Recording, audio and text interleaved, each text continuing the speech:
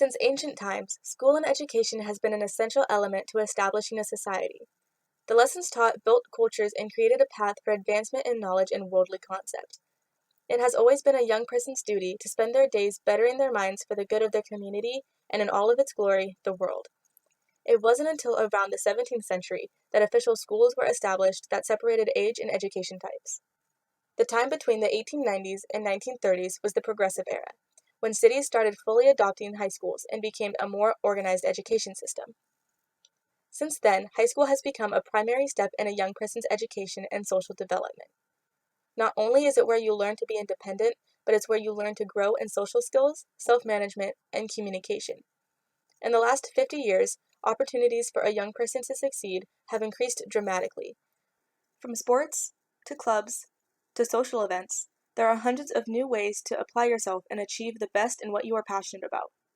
But what happens when you feel the need to achieve it all? Due to the immense amount of chances to get ahead, pressure to succeed in all aspects of education, athletics, and social life is now higher than ever. When asked a series of questions regarding their experiences with stress and anxiety in high school, the majority of participants from an earlier generation claimed to have predominantly less issues with feeling overwhelmed or inadequate during their high school years than those in school today. On a scale of 1 to 10, how much anxiety did you get from the amount of stuff you had to do? 3, 5 or 6, something like that. All right. I would say most of high school was fairly low stress, like a 2 or 3 maybe. Did you ever feel inadequate compared to your friends and peers due to your level of success in academics or sports? Not really. I mean, maybe nothing that was undue, so no, not really. I didn't really have feelings of inadequacy in high school. A little bit, but I think most of us were pretty grounded and we had a pretty kind of wide social circle. But when asked the same question, modern-day students told a much different story. From a scale of 1 to 10, how much anxiety do you get from the amount of stuff that's on your plate? Probably like a 9 or 10. Mainly it's more school than like work stuff, so like it's really high for school. But probably about an 8 or a 9. 12. Do you ever feel inadequate compared to your friends and peers due to your level of success in academics and other activities? I feel so, yeah, because like I spend a lot more time like on school than other things with people. So More in school just because I'm friends with a lot of smart people, and yeah.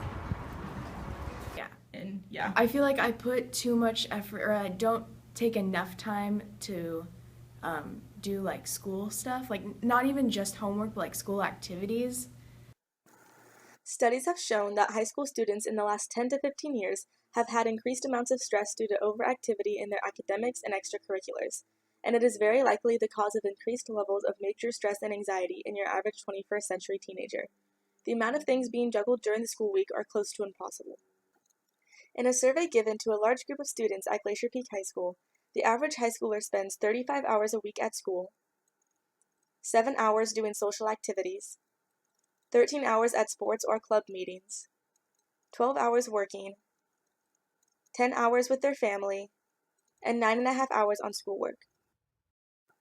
Then you have to include an additional 5 hours for eating, 5 hours for getting ready, and the average of 2 hours it takes to drive back and forth to all of these places.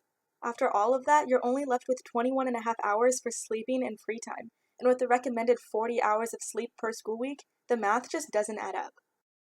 Surveys showed that the average teenager was getting 6.1 hours of sleep per night, which is far less than the amount needed to promote mental and physical health. But with the amount of pressure teens are putting on themselves to succeed in all aspects of their lives, it's hard to find time to sleep. On a scale of 1 to 10, how much pressure do you put on yourself to succeed in school? 10. Okay, how much pressure do you put on yourself to succeed in your activities? Like dance and stuff? A lot. I put like most of my energy into dance, which affects my grades sometimes, but yeah, I put a lot of pressure on myself. In addition, 80% of students either often or always felt anxiety when talking to their parents about their academics, while only 40% of the older generation felt any anxiety at all. But home and academic life are not the only thing creating stress in a young person's life. Being in the era of technology, social media has taken over the world of social dependency and self-esteem. The pressure to achieve a higher social status is at an all-time high, and with new ways to constantly measure yourself against your peers, it is effortlessly easy to compare yourself to impossible standards of beauty, athletics, and academics. Not only do students feel overwhelmed and underachieved by their own standards, but the standards of the online world as well. The influence of perfection is a constant thorn in the side of young adults to strive for the impossible, even more so than they already have. This kind of pressure and media influence did not even exist 20 years ago, so the added impact of that can stand for itself in the case of increasing anxiety in modern teenagers. It is no secret that adolescence is an extremely challenging time in a young person's life. There have always and will always be stressors that influence the mental health and esteem of high school students. But when comparing the different generations, it would be nice to go back just a few decades.